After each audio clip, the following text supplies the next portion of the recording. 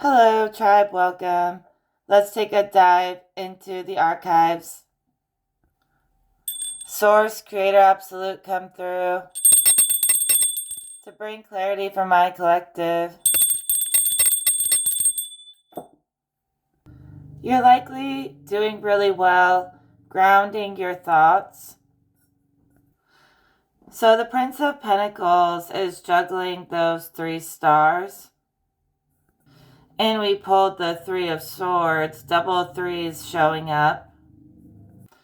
In my vision from Spirit, I see you juggling the different dimensions like awareness, consciousness, and matter. Working with the wholeness of existence as one.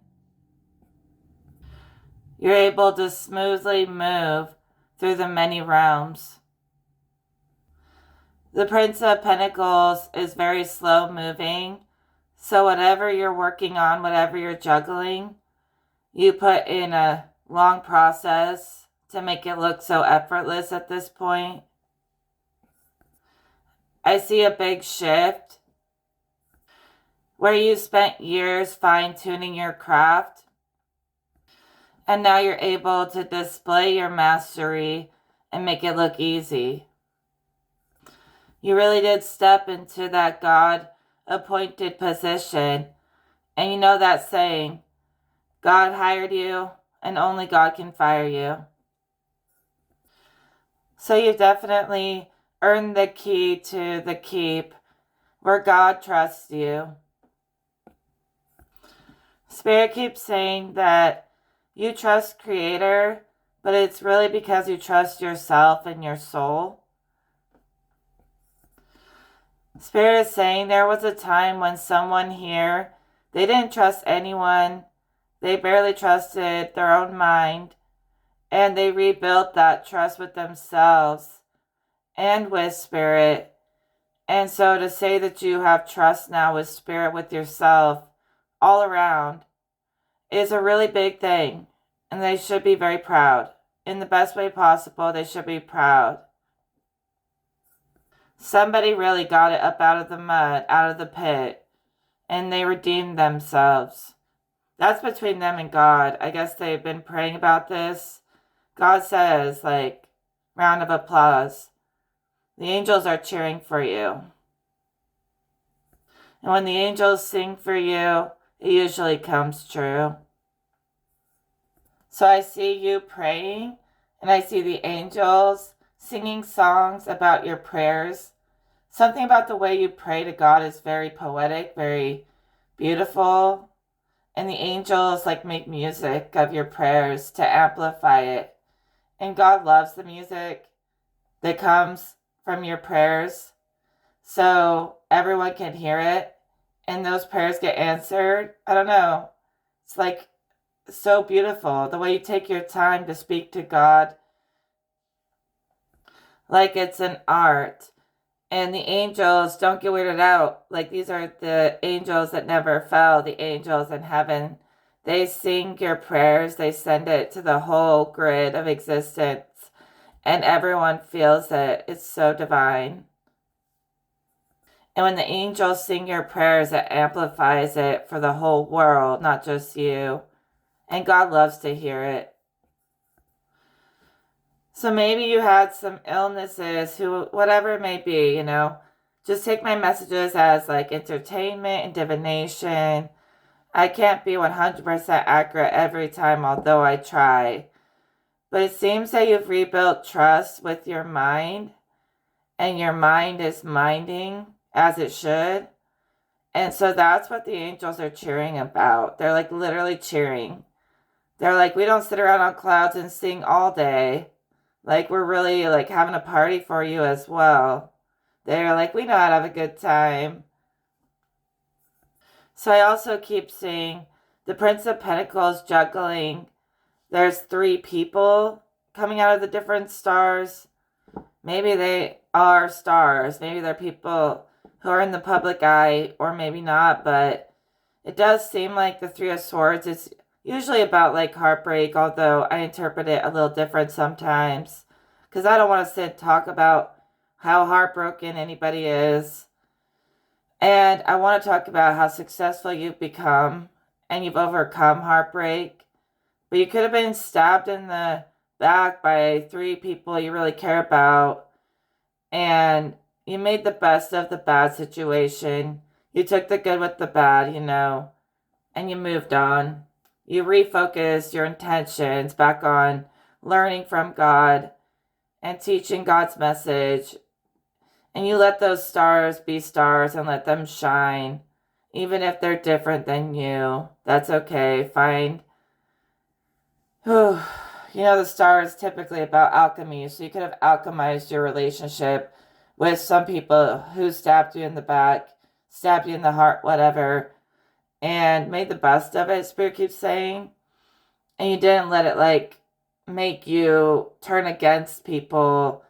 You're like, just because we couldn't be friends or we couldn't get along doesn't mean I hate you or I wish any kind of ill will on you. So you're really alchemizing in the sense that even if you don't get along with people, you still hope for the best for them and success for them. That's what Spirit says. And you get richer and richer when you view the world in that way, the way you are, where you don't feel like you need to take anything, not an eye for an eye. You don't feel like you need to even the odds or do any kind of persuasion or manipulation. You don't try to do that. They keep saying an eye for an eye.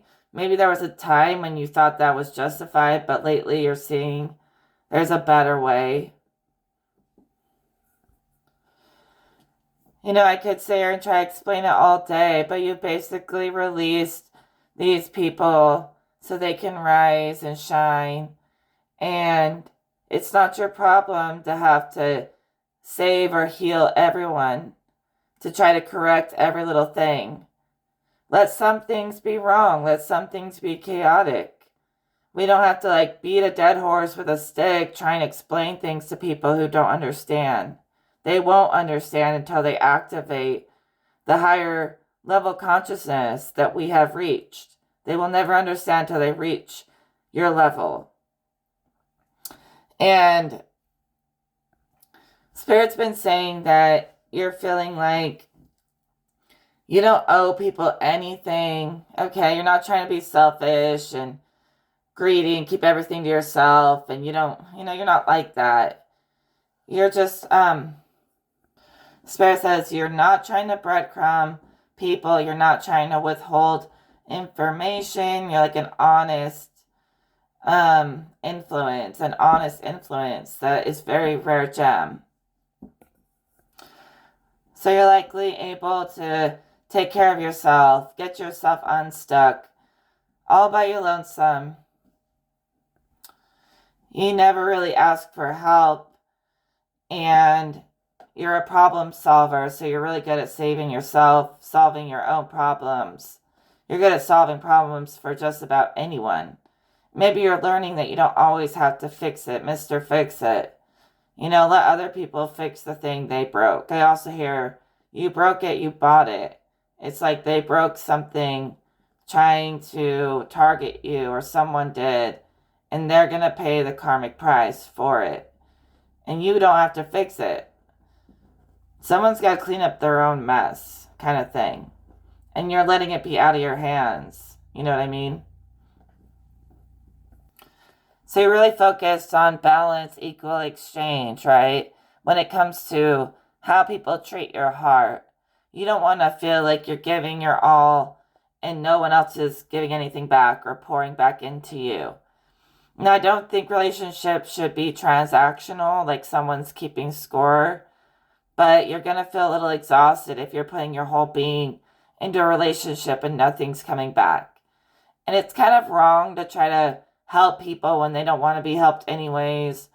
Or try to help someone with expectations that they're going to do something in return for you. All of that's kind of manipulative. So Spirit says, don't manipulate an exchange with someone. Let the divine, weave all the patterns for you and send you the pattern, unveil the patterns. The divine will do that work. Your guides or angels will do a lot. And so somebody could actually get karma for trying to like force someone into an exchange, an energy exchange that they didn't really want to be a part of. So you're just super aware of the comings and goings of your energy with people. I mean, you can't always like completely, you can't always block out every negative energy.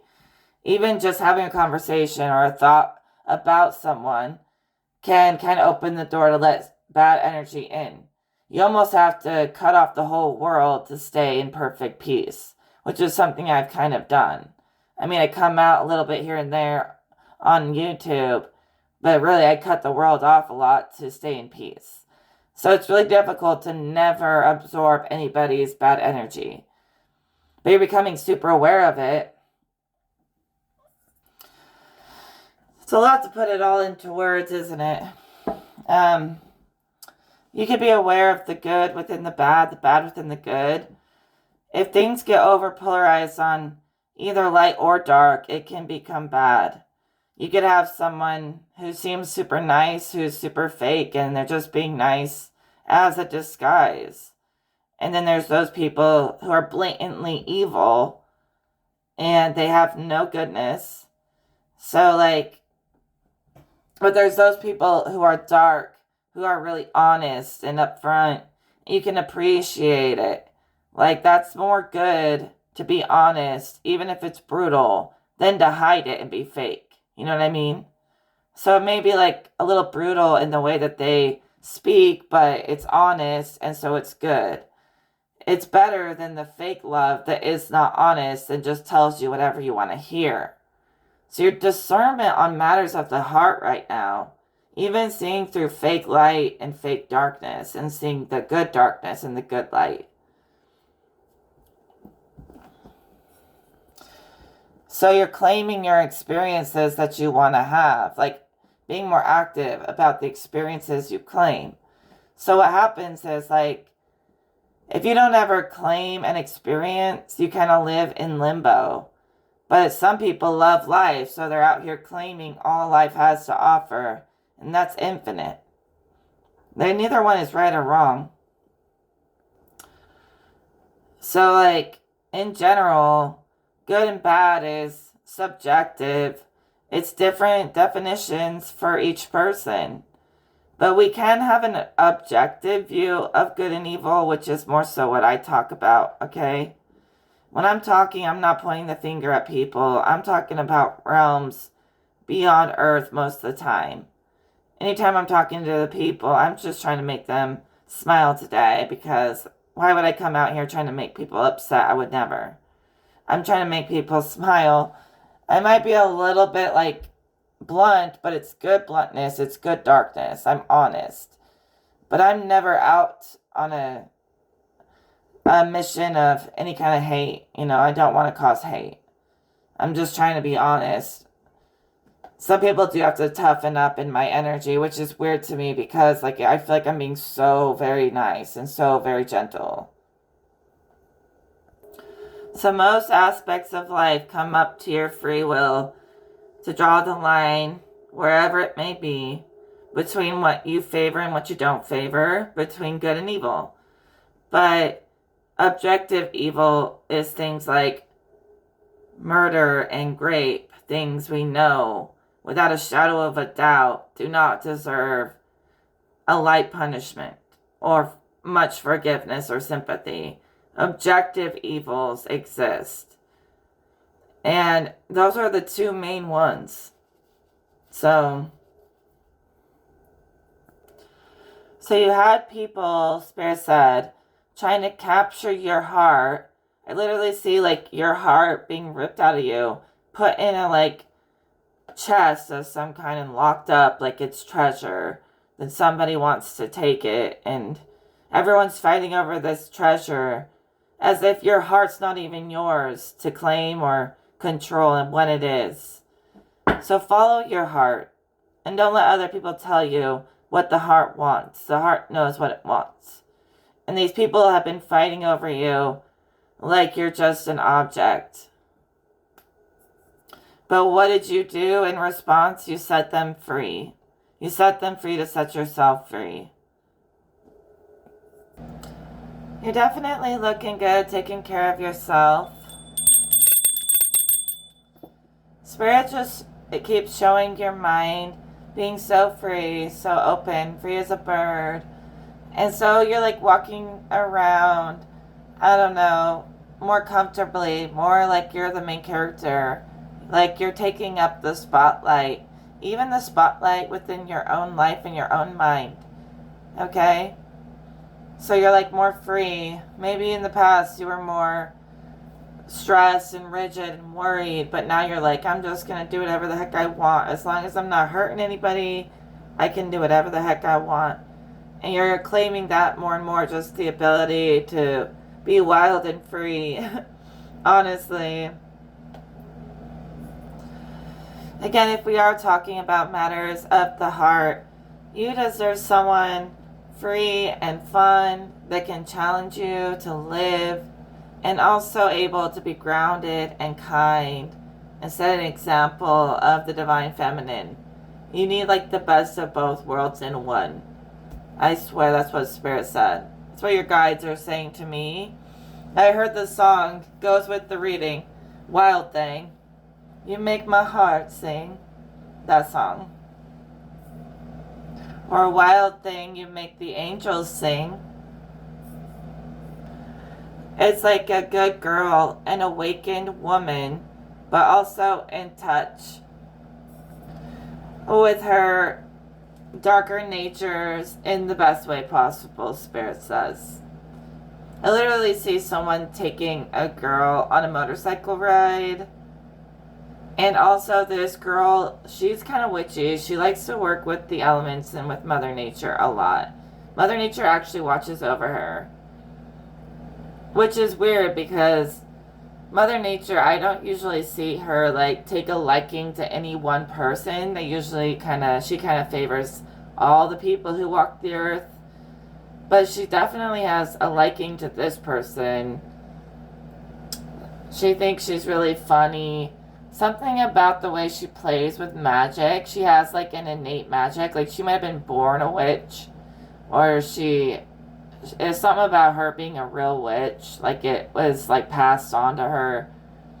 And she changes spells and plays with spells or changes the rules in a really good way, in the way what angels would also approve of it. So she's not really that into angels, Spirit says. But the angels like think what she does is really benevolent and sweet. The magic that she does. So she does magic to try to help people. You gotta be careful not to over help people, because that starts to sort of take their will from them. But, you know, a little bit of help with good intent sent out into the grid is never a bad thing. People don't have to accept it, but if you create it and send it out, more power to you, more power to everyone. More power to the grid. But Mother Earth is very liking of this witchy woman, this awakened woman. She looks like a mad scientist in my vision, but it's funny, okay? No diss. She's like making potions and they're like exploding. This person could also be into like science and actual physical alchemy. She just seems to be drawn to the supernatural and able to find it even within the rules of the material plane. See, she abides by the rules, but then she knows how to bend them in supernatural ways. I want to meet this person. Maybe we meet her by going inside to find the divine feminine within. That's what Spirit said. And I had a vision last night. It was very interesting. I was talking to myself like I do. I know the difference between talking to myself versus talking to something else. And I still talk to myself a lot. I'm very in tune with myself. That's how I become so in tune with the greater worlds. I had to find it within myself first, my own infinite greatness first. But I'll talk to myself and I was like, geez, the way that my spirit just seems to know everything, even beyond my understanding right now. It's kind of like amazing, and I'm being amazed by the conversations I have with my own deep psyche and my own subconscious.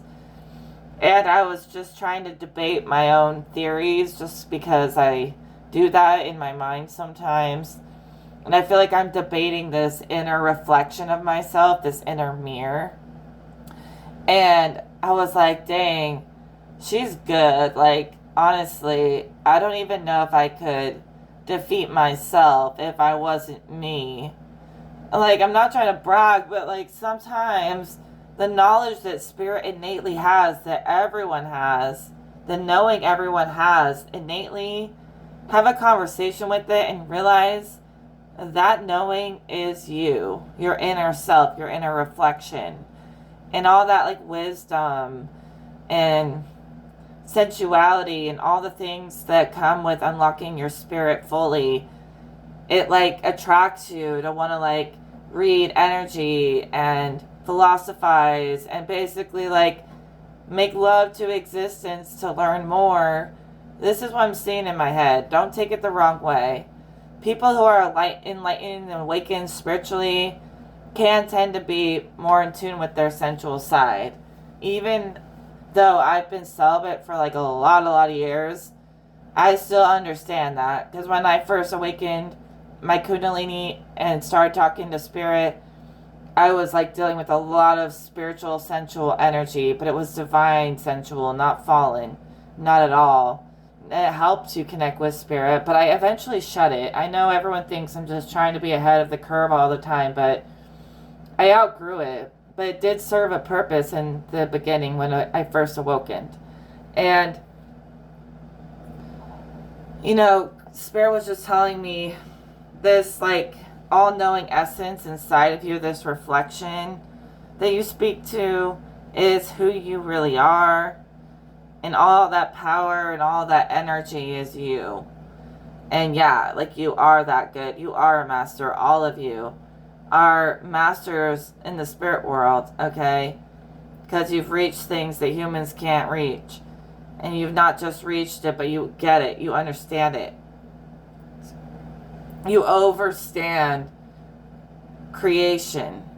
You can observe creation like you're greater than it.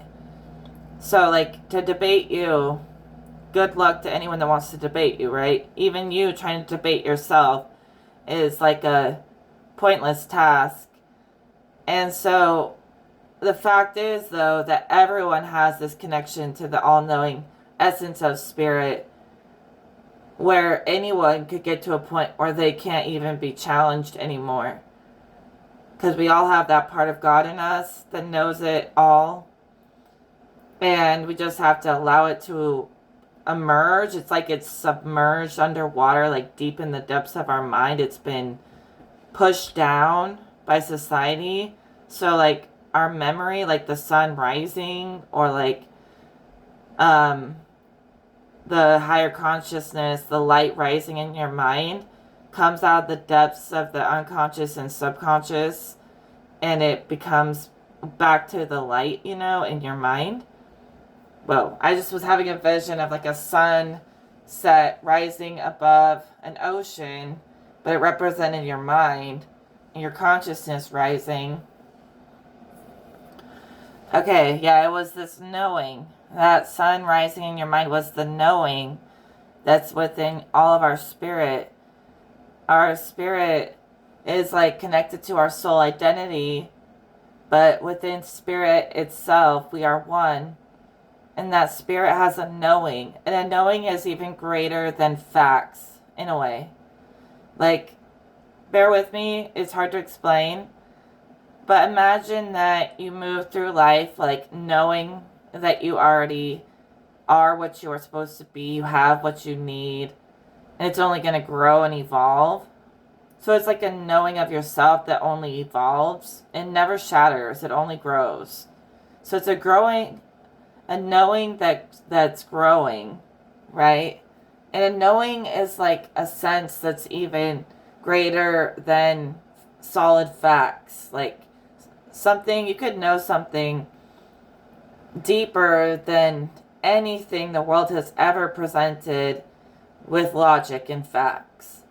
And you challenge the narrative a lot, and you like help the collective mind emerge out of its submersion and its separation and the way it's been pressured into submission. You help that emerge again.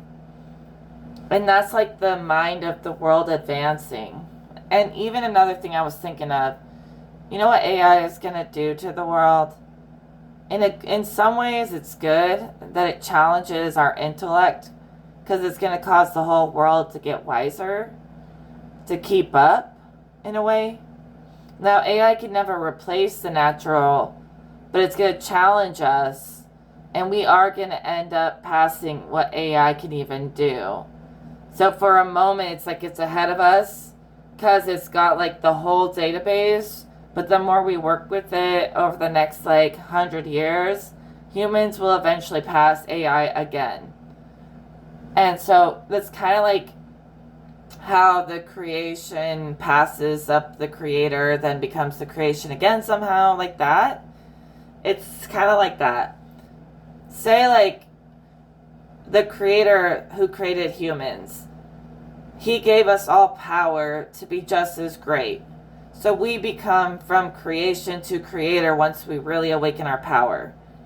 But eventually we realize that even God has a greater plan than anything we could have ever come up with. And so eventually we max out on being able to pass God, and God becomes the authority again. And so it returns to the creator, to the source eventually. That's the same thing that's going to happen with AI. It's going to go through a wave where it seems very powerful and eventually it falls back down. I literally see like a line drawn on a grid, on a scale, and it goes like the grids when you're like looking at your videos and how well they're doing, like those grids. But somebody's grid like maxed out and then like plummeted. But I'm not pointing that at any creator online. I'm saying that's what's going to happen to AI. But it might take like maybe not 100 years, but it's going to take a long time. At least 50, probably. They keep saying it's going to take like 50 years, half of a century.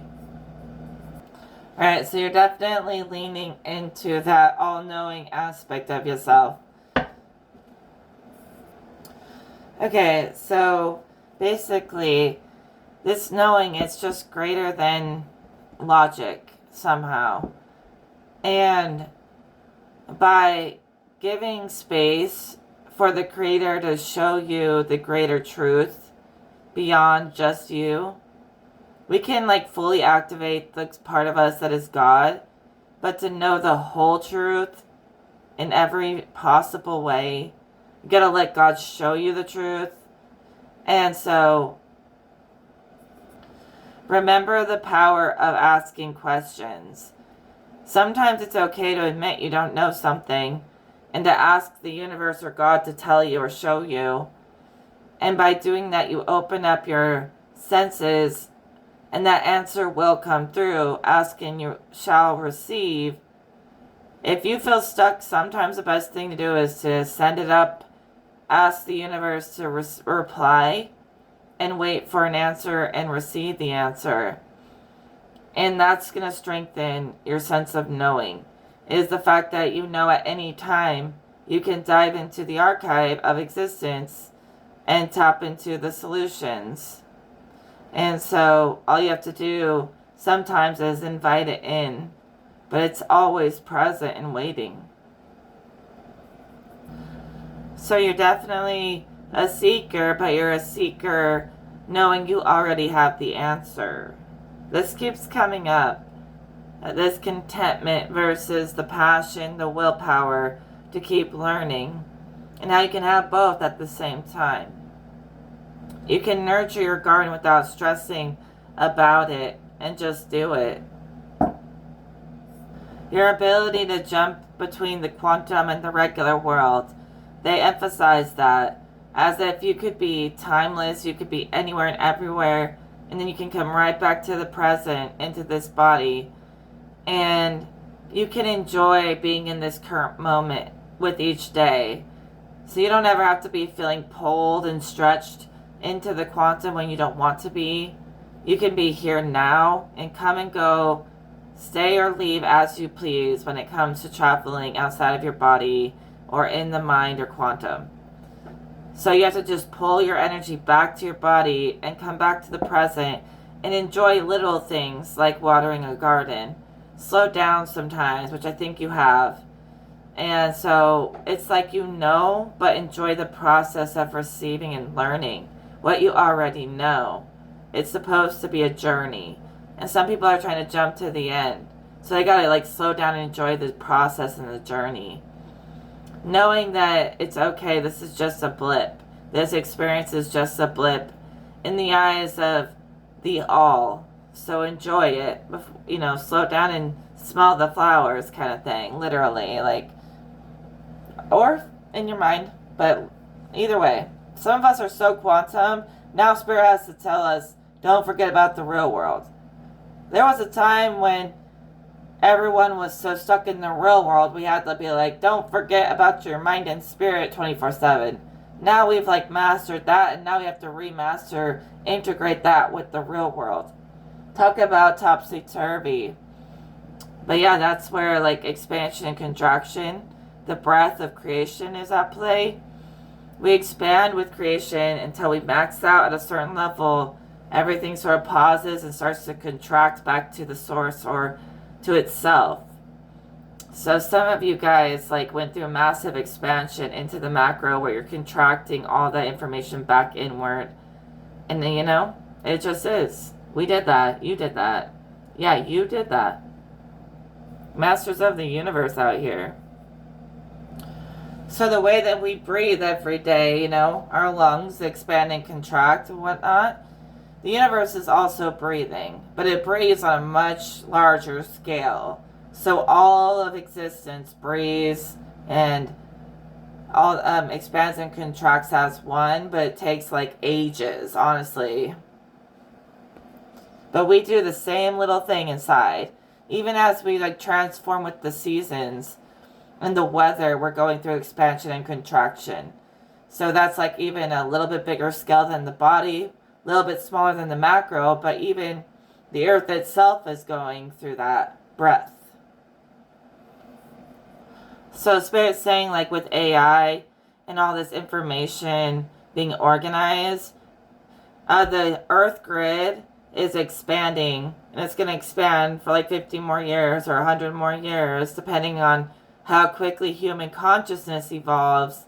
And once it maxes out, AI maxes out its knowledge, the wisdom of the people will surpass AI, and it'll contract back inward into the source, which is the source is the people who created it. So that's going to be what happens. So right now it's still stretching and stretching and stretching the grid. So badly want to start talking about spirit, consciousness, matter. I just innately want to talk about it. I might say a thing or two. I can't resist. Hey, if I want to do it, why not do it? So if we consider that spirit is holding consciousness, spirit is the infinite space that holds consciousness, right? And consciousness is everything that is within this quantum mind. So everything within consciousness is connected through grids like threads, but it has its own individuated stream. And how we know that it's how everything has its own space, yet we're still tied to the same planet. That's kind of how it works. Everything around us is just consciousness building reality out of nothing. So really it's all just the same stuff, imagining that it's super separated and individuated. So when you get to the infinite space, there is nothing here. It's just essence. It's just energy and the energy expresses itself into form. So everything, like every little tiny different thing, is just an energy expression. We just view it as being very solid. Like the Spirit is saying, the way that we individualize every little tiny thing and we name it and we say, like, that's one person and that's two people and that's three people, or that's one object and that's an object and that's an object. And the more we like name things and separate them, the more solid reality becomes, because that's how we're defining it. And the system has pushed us to make everything really separate like that, so it'll become more solid. So if we were to stop like separating things, it would start to turn back into energy expressions and essence. So we're literally in charge of building reality. So we can take the material that's given to us, and how we sculpt it and build with it is going to basically become our existence. And since the beginning of time, there's been people who've been controlling people's minds to make them build this world the way they want it. So I tend to see things before they're covered in labels and definitions. And that's what I see in essence. And most people are like so deep into the matrix that they would have to rip it down to nothing to ever see everything as energy. They're so stuck in their little details and facts that they can't even see what's right in front of them, that it is all just one. But basically, when consciousness started becoming aware of itself and others, it needed to build ways to understand itself and define itself. So since the very first spark, it's been contrasting itself against other things, even though there's not three people there, there's just one, and there's one being here. And we're all experiencing that one being, in essence, pretending like it's in a million pieces, but it's not. And that's why some people think they are greater than God, because really we are just all God expressing itself. But like what you have to understand within the quantum mind stuff I talk about, within consciousness, it has built such a layered, detailed reality for itself that like to rip it down to nothing would take just as long as it took to build it into what it is now. So it would take people seeing themselves in others and others in themselves and acting like we are as one. The planet would have to act like it's as one, moving as one, to become godlike on that level where they really do express God as one. Right now they're not really expressing God. You know, they've morphed the formula to where they express the human natures.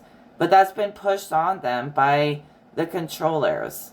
So if people literally woke up and started saying we are one in every aspect of life, that would change things back into an energy form, because that's how we're viewing it. And what's really manifesting around us is how we can view it. Our perspective. Our perspective is our angle of life.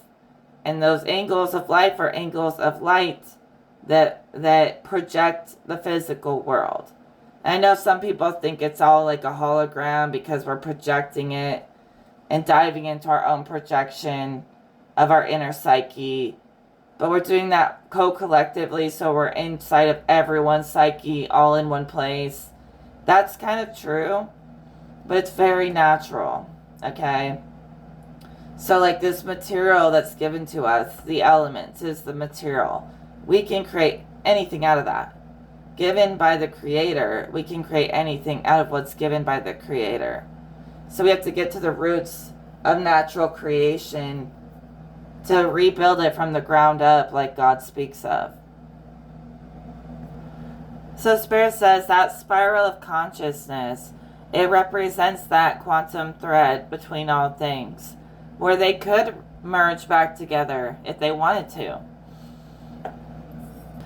The spiral is an endless, like, circling, folding energy. It's basically like the Fibonacci sequence, if you know what that is, which basically you can see that like the spiral goes on infinitely forever. And it's like dimensions within dimensions within dimensions that fold forever. Okay, that is more of a quantum loop that everyone is experiencing together. Everything that's been built and calculated is within that quantum loop. The loop of the mind and matter is that spiral. And it is that one. So think about it. Consciousness separated into individual streams to have an identity amongst the whole. So that's why consciousness is number one. It's your first identity within the whole, your space within the greater space. Without any identity, you're back in the zero, where everyone's in one space at the same time and nothing is individual. That's where we came from. That's the oneness of spirit, where we came from. We also left that to find ourselves. So if you're in the zero, you are seeing everything as one, as it was originally. If you're in the mind more, you'll probably see all the contrast. Like I said, I know it's beautiful, oneness is, but contrast is beautiful too. Once you've gone on the travel through consciousness and matter and you've returned to spirit, I truly believe that descension through matter and returning back to spirit allows you to have an identity in the spirit world.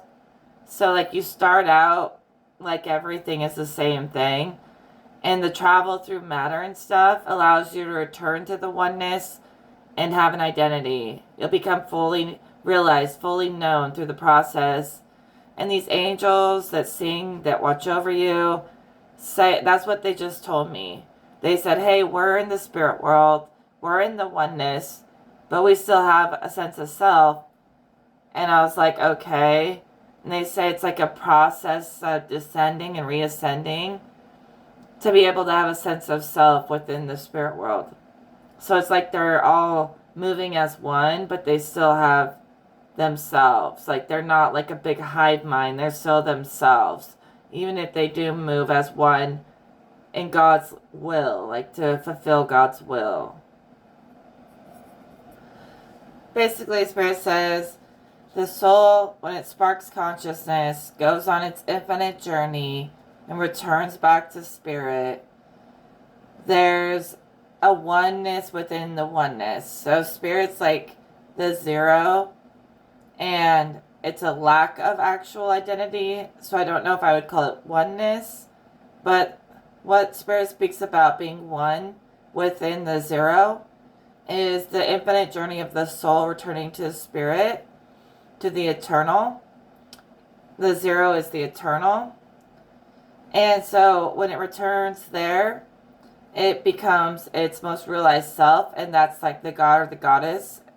So the soul becomes the god or the goddess and can exist in the spirit world and watch over the lesser realms once it's completed like an infinite journey. I know infinite implies that there's no end. The journey is infinite in the fact that you'll never stop growing and evolving, even if you do ascend to return to the spirit world. But the journey through the physical will be over at some point. Well, at some point of mastery over physicality, you'll become a god or goddess and be able to exist in the formless and watch over the lower realms. And you'll have your true self within the whole, like we talked about. And to become the god or the goddess is not to try to surpass the creator itself. It's to merge with the creator itself, actually. It's a merge, a return to the source. And you merge while still staying who you are. It's really interesting. But God will anoint you to these levels. God itself will appoint you to these levels. And it will only be for those who fulfill God's will and purpose, fulfill the mission of the soul, that get to become gods or goddesses. People who seek control out of a wicked place will never get a high position in the ranks of the spirit world. So people who rule the physical never rule the spiritual. So some of you are masters in the formless, and the physical is very foreign to you. So you were like royalty in the spirit world, and you came down here to shake shit up, and you're going to go back home more evolved. For what you went through here, you got forged here through this process. You've been forged through the process of incarnation. You get to go home at some point to realms far more advanced than Earth. But Earth needed a little help and love, so many decided to come here to lend a hand. Yeah, you're just borrowing this flesh body. Your real body is your energy. So this experience is just a blip. Don't forget that. But it's an important blip. But we're just borrowing this experience to take home to Source in our true formless forms.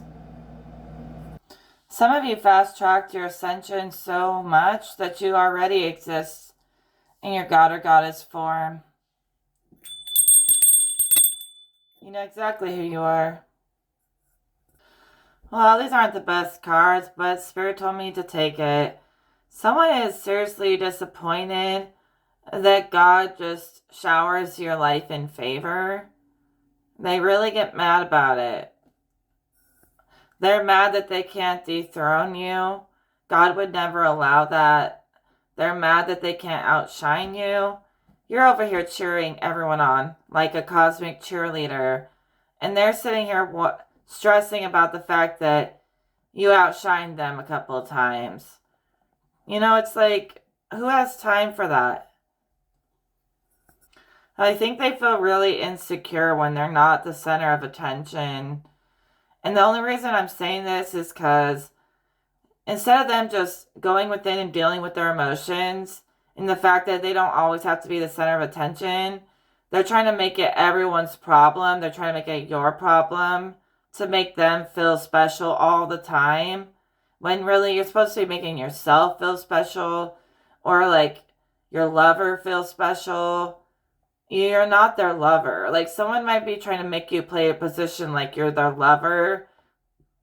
Like the lover is reversed on the sun.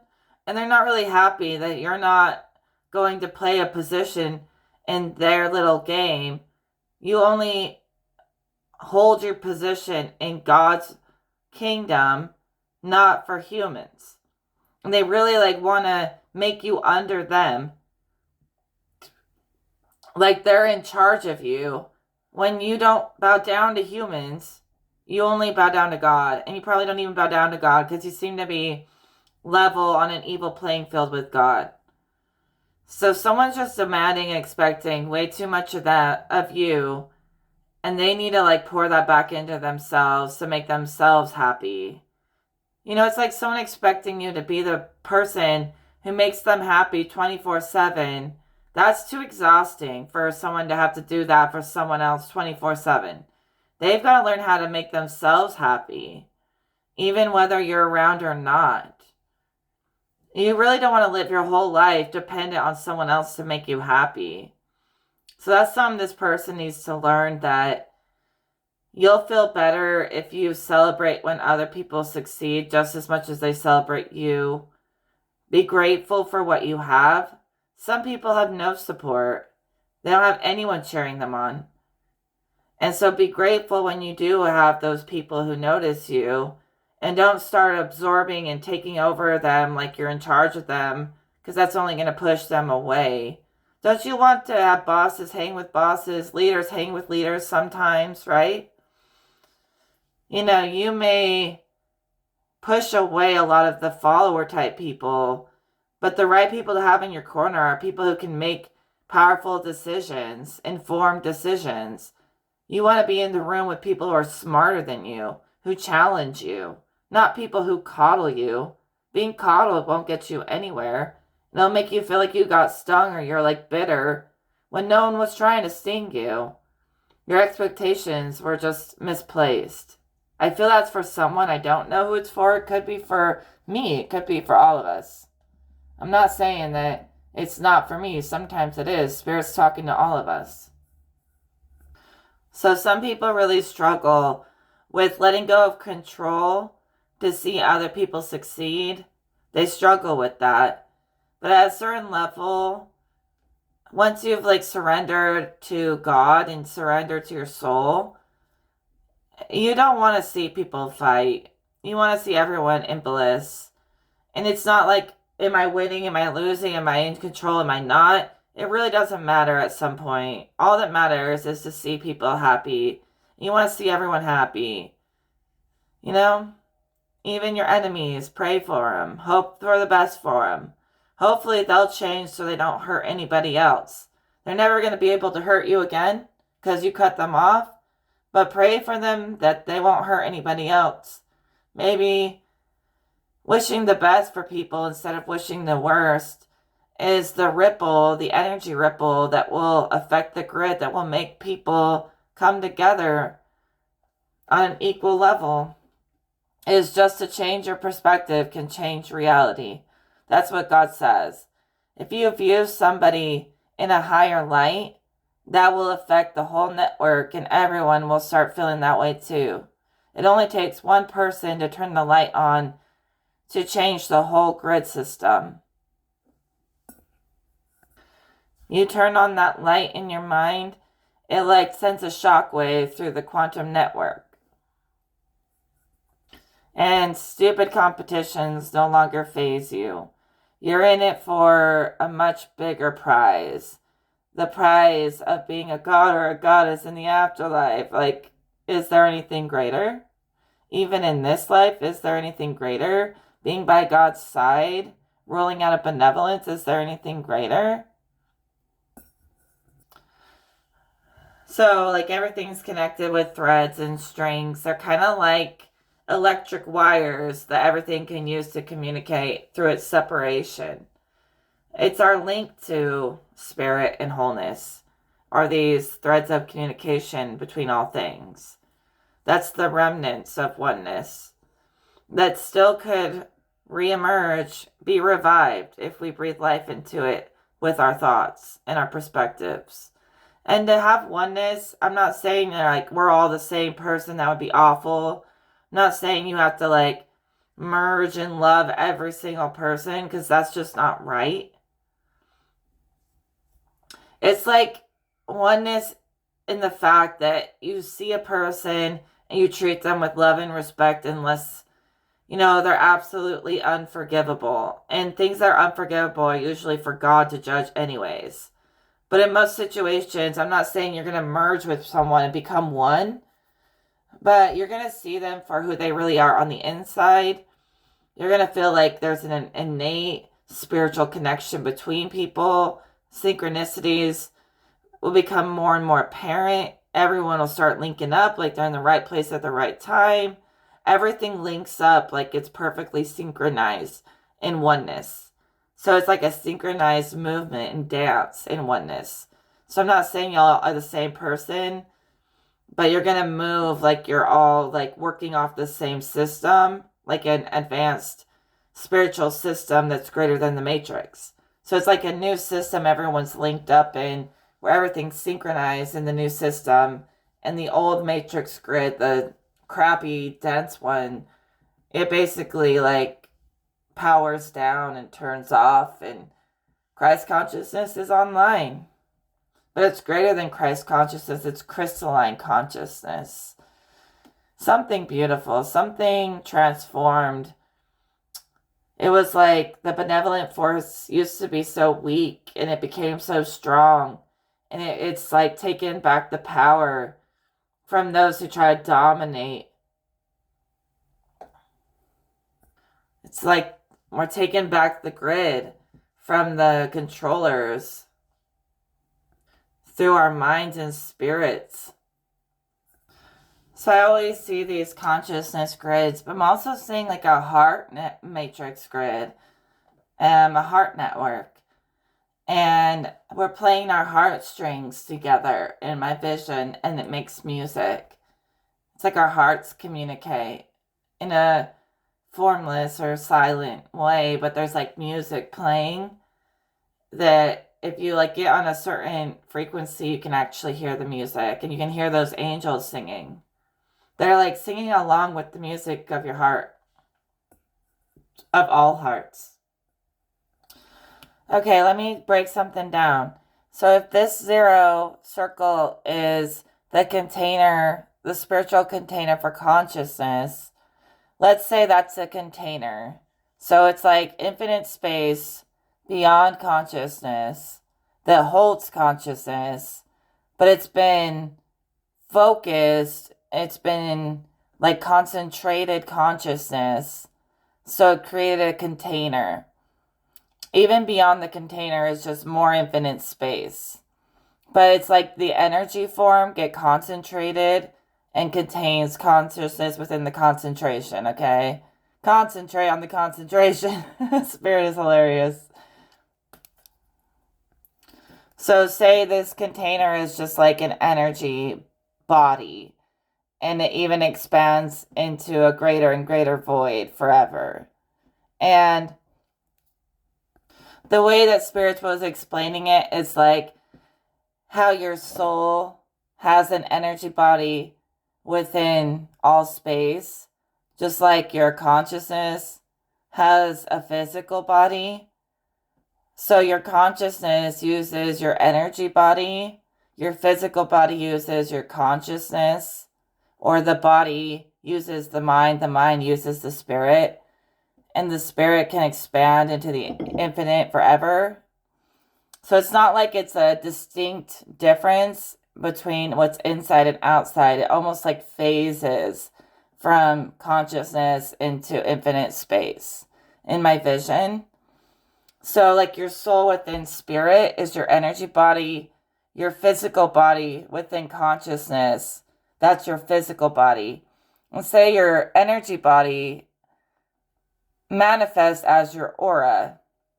So you have your space, which is your body. Then you have the space around your body, which is your energy field, your aura. So it's like you have two bodies. You have your energy everyone can feel, which is bigger than your physical body. And then you have your physical body and the space that takes up in itself. That energy aura is more so like spirit, and that physical body is more like consciousness within spirit, within space. So you have like two spaces in my mind, the physical and the space around your space. And the energy around your space can be felt just as much as your physical. So these are two different bodies working within each other on an individual scale and on the scale of all existence. Realms beyond the container or the dense, the concentration are kind of ineffable. There's stuff out there that's just beyond our comprehension, actually, that I've found. And it's kind of hard to comprehend the ineffable through a human bias and a human brain. But it does, like, there's more realms beyond what we can comprehend. We just have no way of referencing them, but someday we will. So basically, just like your spark emits from the source into your energetic signature, your original signature is your spark. Your aura is emitting that same energy around your space. So space within space. So really, I see the mind and the body as like a natural technology for us to use. Well, lots of information about the origins of creation. And I'm going to call that good. It is good. And I will talk to you all in another video. Take care.